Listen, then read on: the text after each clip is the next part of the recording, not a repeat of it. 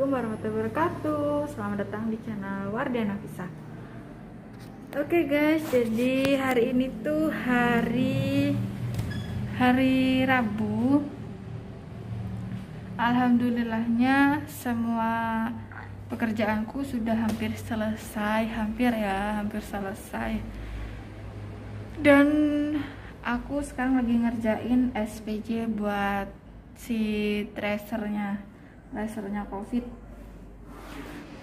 Jadi guys, hari ini tuh aku tadi udah nganterin Ali ke UT-nya. Nah, sekarang tuh aku agak lumayan longgar ya di puskesmas. Kemarin aku tuh sibuk banget di puskesmas karena lagi ada percepatan SPJ juga. Sekarang alhamdulillah udah agak longgar. Oke, jadi aku mau membahas sesuatu sama kalian, tapi kayaknya kita tutup dulu ya pintunya biar lebih enak gitu. Guys, kali ini aku mau membahas tentang bullying dan akibatnya bagi yang dibully dan juga pembuli untuk kedepannya gitu guys. Jadi sedikit cerita ya, dulu karena ayahku dulu udah meninggal waktu aku kelas 3 SD. Jadi aku waktu udah SD itu udah nggak ada ayah sampai sekarang gitu. Waktu SD itu ibu aku kan jualan di sekolah gitu, dan sedangkan aku itu juga ikut jualan gitu. Pernah aku mengalami suatu pembulian yang sangat-sangat membekas sampai saat ini, dan itu gak bisa lupa. Jadi guys, dulu ceritanya tuh aku jadi bendahara di kelas itu, waktu kelas berapa ya, kelas 5 kalau nggak salah, kelas 5 SD itu aku jadi bendahara. Nah, di situ ada teman aku, namanya itu inisialnya Y. Dia itu emang nggak suka banget sama aku, nggak tahu kenapa. Dia itu selalu berkata kalau misalkan ayah aku tuh ada utang sama ayahnya dia. Tapi ya guys, itu kan masih anak kecil gitu ya, kenapa harus ikut-ikut masalah utangnya orang tuanya gitu. Jadi aku merasa kalau aku tuh gak ada masalah gitu sama dia, jadi aku juga temenan sama dia juga biasa, tapi dia selalu sewot sama aku. Jadi suatu ketika aku waktu akhir tahun atau akhir semester gitu, uang kasnya itu dikumpulin gitu ya, dihitungin dapat berapa, dan ternyata uang kas yang ada di buku dan yang aku pegang itu selisih guys.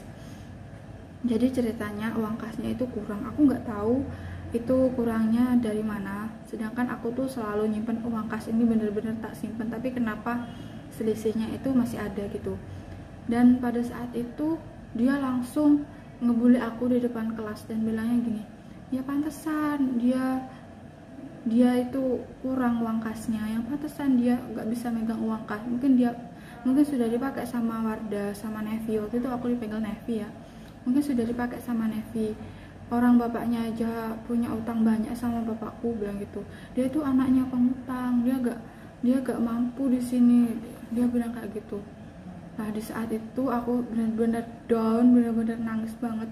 Yang aku pikirkan saat itu, kenapa kok aku hidup seperti ini, kenapa kok aku dilahirkan dengan bapak yang penghutang. Seperti itu dulu pikiranku di waktu aku kecil dulu. Dan itu pembulian itu sangat-sangat berefek sama aku guys. Jadi semenjak itu aku jadi minder, mau ngapa-ngapain itu takut salah, mau begini salah. Rasa takut itu selalu ada di dalam hati aku. Sampai waktu SMP itu aku gak punya teman sama sekali. Waktu SMP aku berani taruhan kalau teman SMP ku pasti gak kenal sama aku dan lupa sama aku, karena gak punya teman itu guys. SMP pernah waktu itu, SMP itu bajuku waktu itu sudah ketat gitu ya, mungkin badanku istilahnya orang Jawa tuh bedah gitu, karena sudah menstruasi waktu SMP itu. Jadi badannya besar, dadanya itu juga agak besar kan kalau sudah menstruasi gitu, dan seragamnya itu ketat. Dan saat itu aku dibully sama teman laki-laki dan bilang kalau misalkan dadaku itu besar.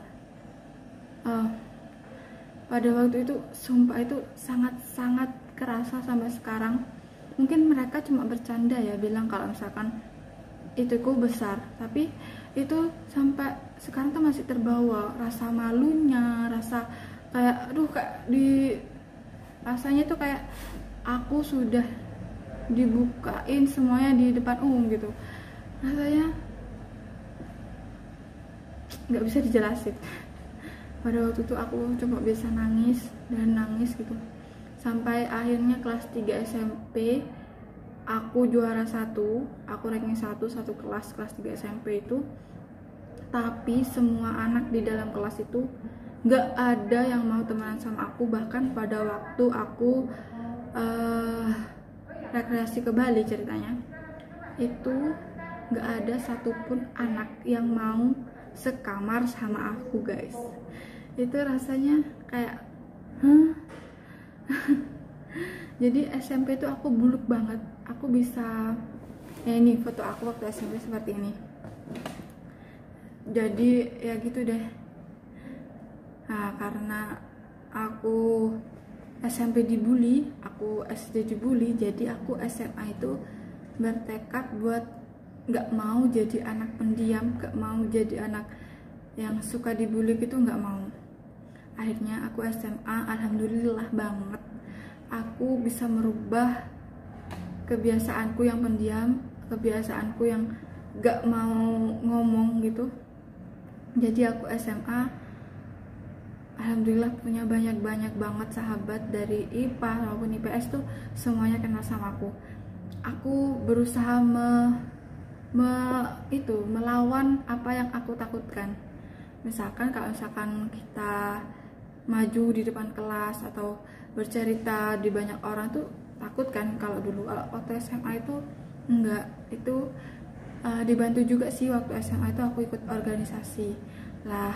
Jadi guys, di organisasi itu diajari caranya bersosialisasi gimana, dan banyak kenalan. Akhirnya kita sendiri jadi terbiasa. Oke guys, itu tadi cerita aku, pengalaman aku dibully ya.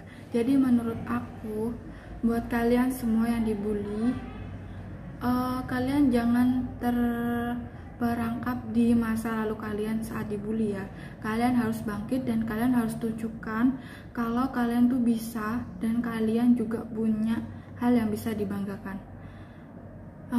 Buat kalian, kalian jangan pernah membuli seseorang karena kekurangannya, karena kan kita gak tahu orang itu nanti akan jadi apa. Bisa jadi orang itu akan lebih sukses dari kalian dan kalian akan malu. Contohnya saja temanku yang waktu itu ngebully aku, yang misalnya yaitu ternyata ya bukannya aku membanggakan diriku ya, ternyata dia itu SMP gak lulus guys. Jadi dia tuh gak lulus SMP, dia nikah, waktu itu dia hamil di luar nikah. Jadi kan aku kayak ngerasa, oh dia yang ngebully aku dulu, tapi sekarang kehidupannya kayak gitu. Sedih banget ya.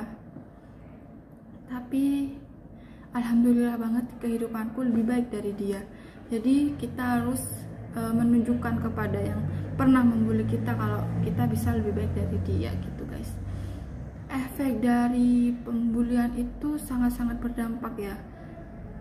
Jadi kalau misalkan seseorang nggak bisa mengontrol ketakutannya, dia itu akan terbawa sampai dewasa. Jadi dia minderan, nggak bisa berekspresi, nggak bisa mengembangkan diri.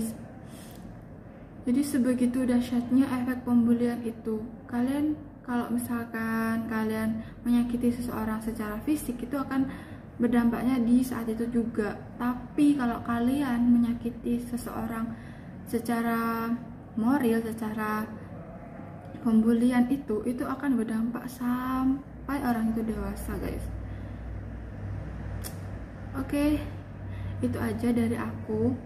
Semoga video singkat dari aku ini bisa menjadikan kalian atau merenungi kalau misalkan pembulian itu tidak boleh dilakukan.